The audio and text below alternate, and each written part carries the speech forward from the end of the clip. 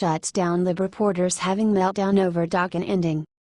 Liberals seem to still have a hard time understanding why Republican President Donald Trump would want to nullify some of Democratic ex-President Barack Obama's more extreme overreaches of executive power, such as DACA. Following Attorney Jeff Sessions' announcement that DACA had been rescinded with a 6-month delay, White House Press Secretary Sarah Huckabee Sanders held a press briefing from liberal reporters, who were clearly in panic mode. Asked CNN's Jim Acosta, who looked on the verge of a meltdown, why did the president not come out and make this announcement himself today? Why did he leave it to his attorney general? It's his decision. These kids, their lives are on the line because of what he's doing? MSNBC's Kristen Welker followed that up with, the president vowed to treat dreamers with, quote, great heart. How is this move treating them with great heart?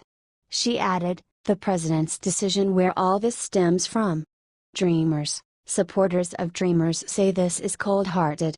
You're leaving the future of 800,000 people uncertain, up in the air. What's your message to them?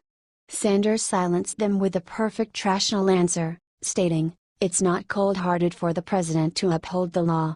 We are a nation of law and order. In the day that we start to ignore the fact that we are that, we throw away everything that gives these people a reason to want to come to our country. Are you glad Sarah set them straight? Watch below.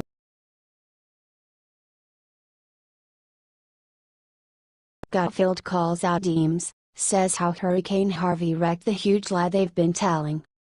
Hurricane Harvey was a true tragedy, as it has now claimed 40 lives and has caused more than $100 billion in damage. However, as described by Fox News' Gregg Gutfeld, it did end up exposing one of the Democrats' biggest lies as utterly false. The liberal-biased mainstream media has gained high ratings by making the claim that, as a result of Republican Donald Trump being in office, our country is the most divided it has been in a very long time.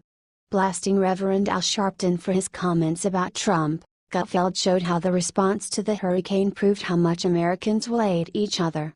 Said Al Sharpton about Trump during an appearance on MSNBC, we all talked about how insensitive it was for him not to mention the victims in his first trip. Commented Gregg, Al Sharpton is a guy who has lived his life about himself, one of the most self-serving hustlers of our time. He is the exact opposite of what you see in the streets of Houston and everywhere. He then blasted liberals who are now somehow blaming Donald Trump, as though he were responsible for the hurricane. Said Gutfeld, this is why you're seeing, liberals, now blame Trump for this or for that. They're trying to find a narrative that matches their grim worldview because Harvey has destroyed their worldview. Added Gregg about people taking part in hurricane relief efforts, there's no more division, there's no more bigotry, there's no more racism, conflict, all you're seeing 24/7 is unity. Americans all the time working together. Do you agree with Gutfeld? Watch below.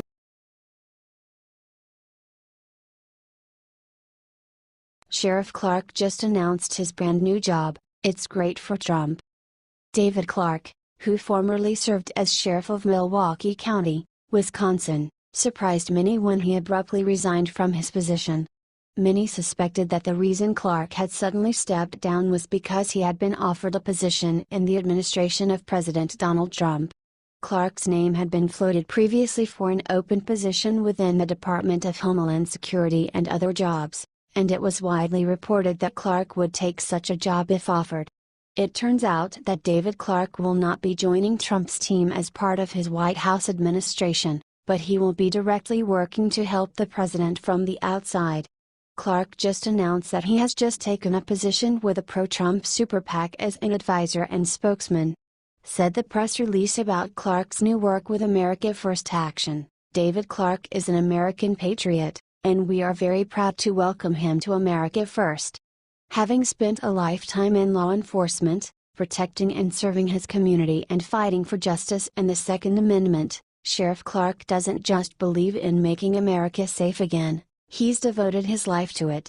Commented David, it gives me the chance to do what I love most, promote President Trump's agenda, including his fierce support for the American law enforcement officer, and ensure that the will of the American people who got President Trump elected is not derailed by the left or the self-serving Washington establishment. Are you glad Clark will be actively working to get Trump re-elected?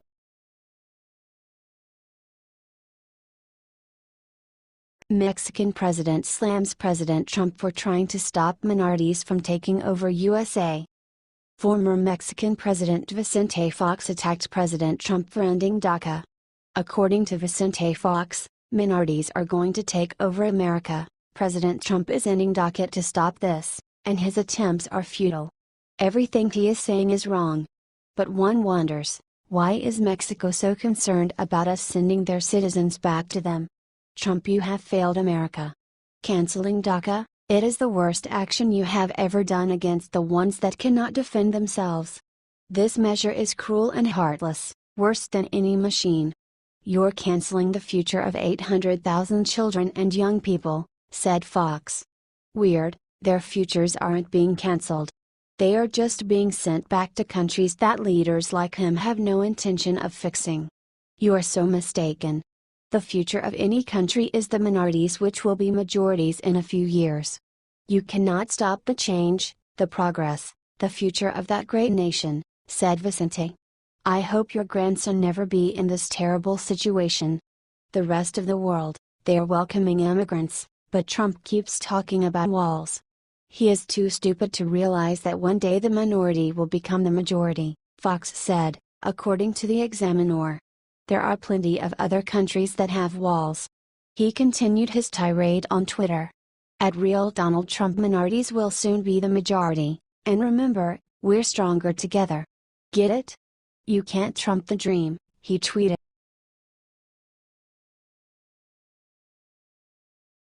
National.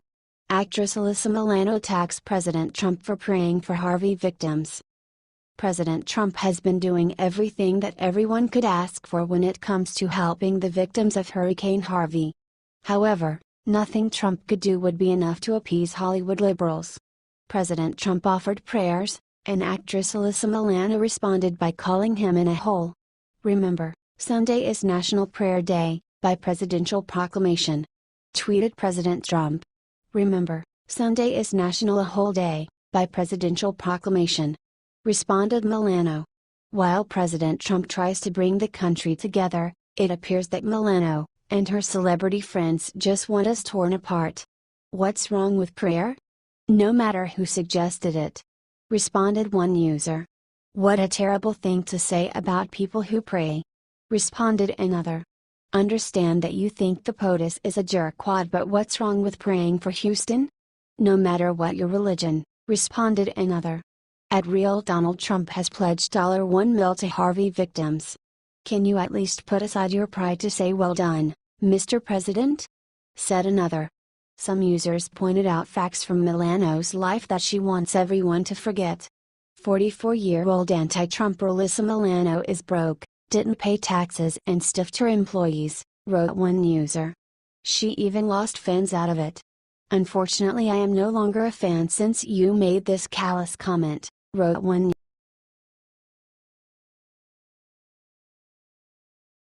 Planned Parenthood attacks President Trump for DACA because every person has the right to live. Planned Parenthood's CEO, Cecile Richards, spoke out against President Trump for planning to end DACA. The CEO of the abortion giant argued that she believes in DACA because everyone has a right to live. You read that right. The Trump administration just announced a plan to end Deferred Action for Childhood Arrivals, DACA, an attack that will leave 800,000 young people who have grown up in this country at risk of deportation, including members of the Planned Parenthood community. I'm infuriated. I'm heartbroken, said Richards. DACA has helped so many young dreamers.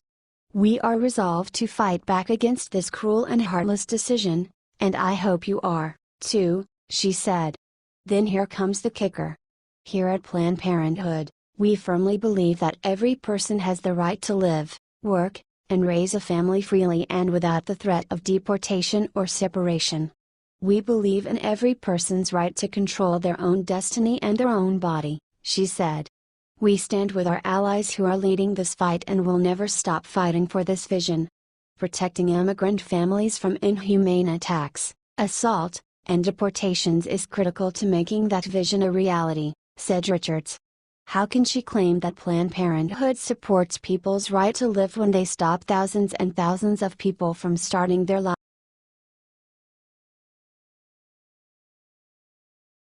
Joe Scarborough mocks President Trump for attending Harvey relief effort. President Trump went to visit the victims of the Harvey hurricane. But according to MSNBC's Joe Scarborough and his panelists, Trump's attempt to help people is hilarious. President Trump helped load some supplies into a truck. "Here's your bag of cement," said Scarborough, making a dumb person voice. He mocked the president handing the driver some supplies instead of putting it in the trunk. He put the rest of the supplies in the trunk. They also joked about President Trump's hands. Again.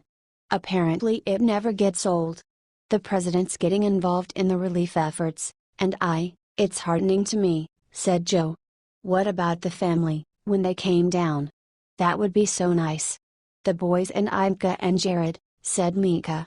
After the segment, Scarborough wrote an op-ed about how the American people are tired of President Trump. President Donald Trump is, of course, the most radical example of this negative political phenomenon.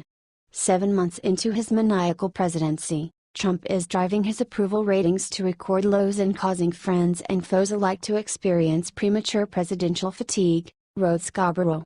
Former allies on the editorial pages of The Wall Street Journal and Washington Examiner now criticize Trump for leadership failures and his abuse of power. Republicans on Capitol Hill more frequently call out the president's aberrant behavior, wrote Scarborough. It appears as though nothing can change Scarborough's mind. Watch them mock Trump for helping people in the video.